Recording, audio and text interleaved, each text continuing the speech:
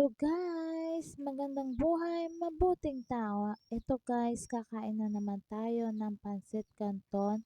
Tsaka yung niluto kong, ano kasi niluto ko?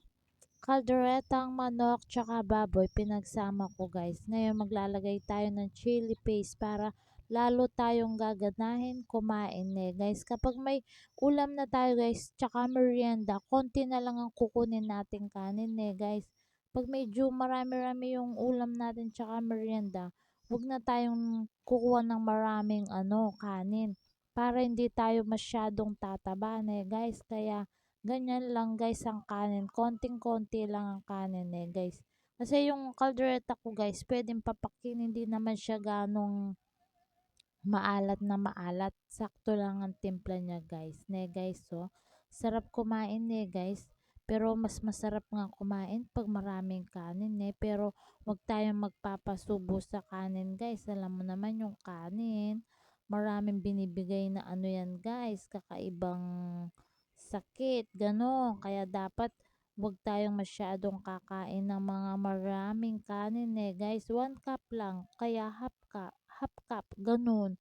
Kaya dapat na hinay-hinay tayo sa kanin guys. Lalo na kapag masarap ang ulam guys. Hinay-hinay sa pagkain guys. Lalo na yung mga ulam-ulam.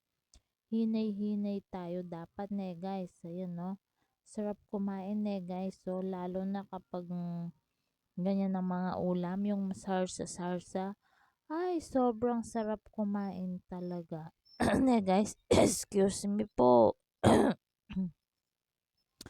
Sarap kumain lalo na yung patatas, ang lambot-lambot to. Malasak malas. Nalalasahan ko yung nilagyan ko kasi ng cheese yan yung kaldereta ko. O, may pa kindat-kindat ka pa dyan kasi nasarapan ka no sa luto ko no. Yan no, may pang manghang pa. Lalo kang gaganahin kapag may chili paste ka. Yan ang sarap-sarap guys. So, yeah, nakakamiss kumain ng marami guys. Pero dapat hinay-hinay lang tayo guys. Huwag kayong sa kanin, magpapasubo. Kasi masarap talagang kumain kung tutuusin, 'di ba guys?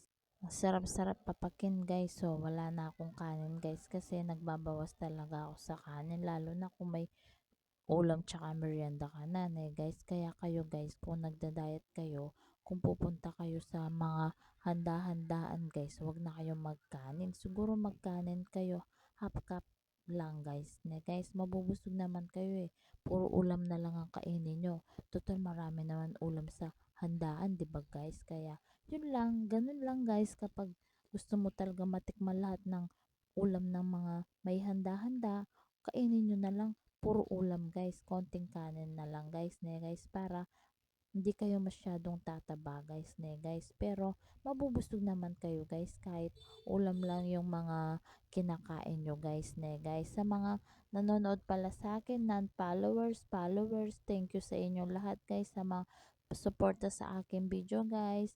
Like, share na rin guys guys. Thank you so much guys.